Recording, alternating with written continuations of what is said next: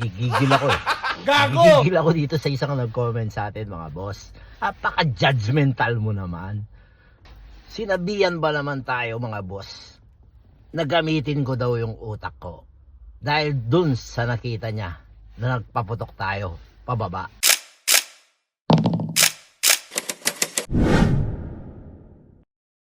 At eto yon mga boss, yung post natin na parang nakikipagbarilan tayo dun sa bintana. At dahil nga sa post na to mga boss, pinagsabihan tayo ni Kuismar PH na gamitin daw natin yung utak natin. Well brother, ito lang ang masasabi ko sa'yo. Kung hindi ko ginagamit ang utak ko, unang-una, hindi ko ipopost yan kung tunay yung baril na yan. Pangalawa, bakit ko naman ilalagay sa alanganin yung sarili ko kung alam ko na totoong baril ang pinapaputok ko? O sige, walang hashtag na toy gun itong post ko na to. Pero marami akong post dyan na may naka-hashtag na toy gun. At kung nagbasa ka ng comment bago ka naging Jollibee, pabida ka eh. Sana nakita mo na may nagtanong na dyan kung blanco yung bala. At sinagot ko na oo, blanco. Tapos babanat ka. Sasabihan mo ako na gamitin ko yung utak ko. Eh brother, parang ikaw yata hindi gumagamit ng utak eh. Nagbase ka agad dun sa nakita mo. Hindi ka muna nagbasa ng comment. O kaya naman, dapat nagtanong ka muna. Dapat tinanong mo muna ako kung totoong baril ba yung pinapaputok ko. Kasi hindi naman ako tanga na magpapaputok ng ganon na alam kong may tatamaan. Kuismar PH, pinipilit mo pa talaga na paano kung may tatamaan sa baba ng mga sasakyan. So sinabi na nga sa'yo na blanco, pinipilit mo pa rin na paano kung may tatamaang mga sasakyan sa baba. Naiintindihan mo ba yung blanco? At naiintindihan mo ba na hindi tunay na baril yung pinapaputok ko? Saka isa pa, ako lang ba ang dumaan sa wall mo na nagpaputok ng baril na ganon? Dito sa Italia, brother, Kuismar PH, legal ang pagpapaputok ng ganong baril tuwing bagong taon. Kung makikita mo yung mga post ng mga taga-Italia, halos karamihan nagpapaputok ng walang pakundangan. Dahil nga, hindi naman totoong baril yung pinapaputok namin. Walang mga bullets yon na tumatalsik. Pumuputok lang siya, umaapoy lang siya, pero hindi yon nakakasakit. Kahit itutok pa sa mukha mo yon, hindi ka masasaktan. Ang hirap sa'yo, Brad. Kuismar PH. Madali kang mag-judge ng tao. O pwede ka namang magtanong muna eh. Katulad, nung comment na nasa baba ng comment mo, ewan ko ba kung bakit di mo nakita. Ayan kay brother, medyo hindi ko mabasa yung name niya, no? Kasi ibang lingwahe. May nag-comment na dun eh. Tinatanong kung blanco yung bala. At sinagot natin na oo. Diba? Kung bago ka nag-comment at pinagsabihan mo ako na gamitin ko yung utak ko, nagbasa ka muna, sana naintindihan mo yung post. Tapos sasabihan mo pa ako na tangeks ako. So, ganun ka kadaling magsabi na tanga yung isang tao. Kuismar PH. Sa tunog ng pangalan mo, content creator ka rin.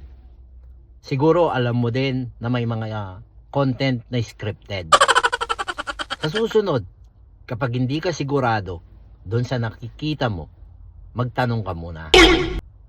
Diba? Nakapag-comment ka nga eh, nakapagbida-bida ka nga na pagsasabi sa akin na gamitin ko yung utak ko. Ano ba naman yung itanong mo muna na tunay na baril ba yan? Blanco ba yung bala niyan o totoo yung bala niyan? Hindi yung i-judge mo agad ako, sasabihan mo agad ako na tanga ako dahil lang doon sa nakita mo na post na yon. Na hindi mo naman talaga alam kung ano yung totoong laman. Diba? Kasi hindi ka nagtanong eh, hindi ka nagbasa. Malinaw doon na nakasaad, may nagtanong kung blanco yung bala at sinagot ko na oo. So hindi mo nakita yung mga ibang post ko na may mga hashtag na toy gun. Basta ka lang bumira. Diba? Alam mo brother, Kuismar PH, yung tunay na matalino at hindi tanga at may malasakit, bago magsabi ng ganon sa kapwa-tao, aalamin niya muna kung ano yung totoo.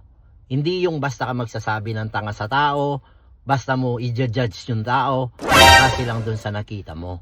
Tsaka sa dami naming nagpapaputok nung gabi na yon. Nakikita mo kahit sa taas ng kisame nagpapaputok kami. Hindi man lang ba sumagi sa isip mo na baka hindi tunay na baril yung pinapaputok namin? O baka naman talagang pabida ka lang? Kasi kung nakikita mo, ang haba ng video ang dami nagpaputok dun Yung iba nga nagpapaputok pa sa loob ng bahay 'Di ba? Kung ikaw ginamit mo yung utak mo doon, magkakaroon ka na ng idea Maiisip mo na hindi totoo itong mga baril na to kasi kahit sa loob ng bahay nagpapaputok sila. At ewan ko kung saan kampanig ng mundo naroroon, Brother Kuismar PH. Pero siguro hindi lang ako yung kaisa-isang tao na dumaan sa wall mo na nakita mo na nagpaputok ng ganon.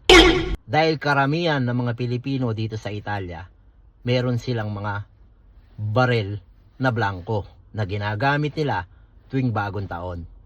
Kaya next time, bago mo pagsabihan yung ibang tao na gumamit ng utak, gamitin mo din muna yung utak mo bago ka magsabi ng kung ano-ano dun sa tao na pagsasabihan mo. Tapos sinabihan mo pa ako na parang bata akong magalit. Oo, nagalit talaga ako kasi pinipilit mo yun sa'yo pinapaliwanag na nga sa'yo, sinasabi na nga sa'yo na blanco yung bala at hindi totoo yung baril. Pinipilit mo pa rin, paano kung may tatamaan na sasakyan sa baba? Parang sa punto na yon, Brother Kuismar PH, ikaw ang hindi gumagamit ng utak Diba? Oo, medyo galit yung sagot sa'yo dahil nga dun sa sinabihan mo ako na gamitin ko yung utak ko. Pero kahit na ganun, sinagot pa rin kita, pinaliwanag ko pa rin sa'yo na yung baril na pinapaputok natin nung gabi na yon, hindi totoo at blanco lang ang bala at hindi nakakasakit. So ayun mga boss, medyo na-blood tayo ng konti dito kay Brother Kuismar PH. Dahil kung makapagsabi na gamitin natin yung utak natin, wala ring pakundangan. Pero ganun pa man, ayun, nililinaw ko sa ibang makakapanood po ng video natin. Nung New Year na nakikita nyo ako nagpapaputok ng baril at dun sa bintana nagpapaputok po ako ng pababa. Ang gamit po nating baril doon, blanco, hindi po totoo yun. Wala pong bullet na tumatalsik yon at hindi po nakakasakit yon.